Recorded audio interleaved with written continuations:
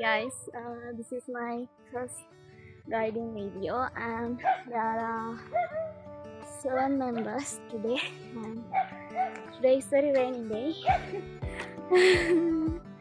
Let's go. This journey has few adventurous places. Be careful, especially for rainy days. We came to top of the Batalegala mountain.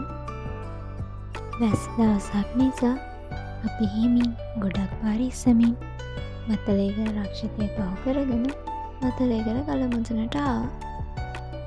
ඔයාලා දන්නේ නැහැ බතලේගලට ඉංග්‍රීසි වලින් කියන්නේ Bible රොක් කියලා.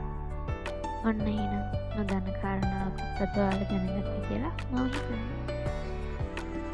මේ තමයි බතලේගල අපේ සම්පත. මෞපිය ගුණ සමරු මහවීර වහන්සේ. ශ්‍රී සර්වඥ ධාතුන් වහන්සේලා තැන්පත් කර ඉදිකරන ලද එම චෛත්‍ය රාජානන් වහන්සේ 2024 වර්ෂයේ පෙබරවාරි 10 වන දින අති උත්කර්ෂවත් ලෙස උත්සව ශ්‍රීයෙන් විවෘත කරන ලදී. ඔන්න මම දැන් කියන්න යන දේ ගැන නම් ඔයාලා ගොඩක් දුරට දන්නා ඇති. කඩු කන්නාව වගේ ටිකක් ඈත තැන්වලදී බතලේගල පේන්නේ සීගිරිය වගේ. ඉතින් බතලේගල ගල සීගිරි ගලට ගොඩක් දුරට සමානව තමයි ඈතට පේන්නේ. ඔන්න ඔය කාරණාව හින්දා බතලේගල ගලට පුංචි සීගිරිය කියලා කියනවා. ඔන්න දැන් ඔයාලට චූටිම චූටි සර්ප්‍රයිස් එකක් තියෙනවා. අපි ගිහින් බලමු.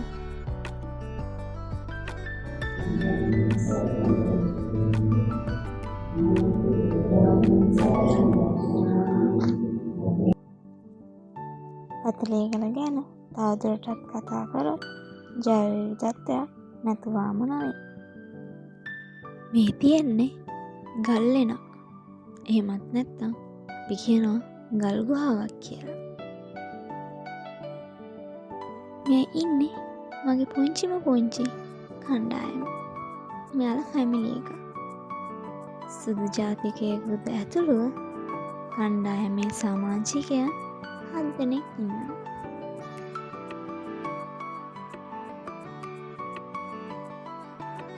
අඳුනගින්නන්නේ ආරාධිසෙන් තමයි බතලේගල කන්දේ. කාලදක්ෂක නමන්නේ එවිත් හන්දිනම් සමහර වෙලාවට ඉන්නේ.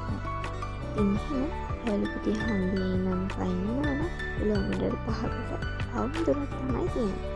ඔයාලා තමන්ගේ වාහනයක නැතුව පාරේ බස්සලා ඇවිත් වාහනෙල්ලෙන්න අපත්තුම් බස් එකක නැගලා අත්කම්පලට ටිකට් කරන්න ඕනේ. අත්කම්පලෙන් බතලේගල කලමුදලට කිලෝමීටර් 2කමාරක් වගේ දුරක් තියෙනවා. කිලෝමීටර් 2ක දුරක් අපිට වාහනය කාලා ඇති. ඉතින් මීටර් 500 අනිවාර්යෙන් පයින් යන්න වෙනවා. ඔය කණ්ඩායම සමාජිකයන් 4කට වඩා වැඩිම බොරෝ එකක් හයර් කරගන්න පුළුවන්.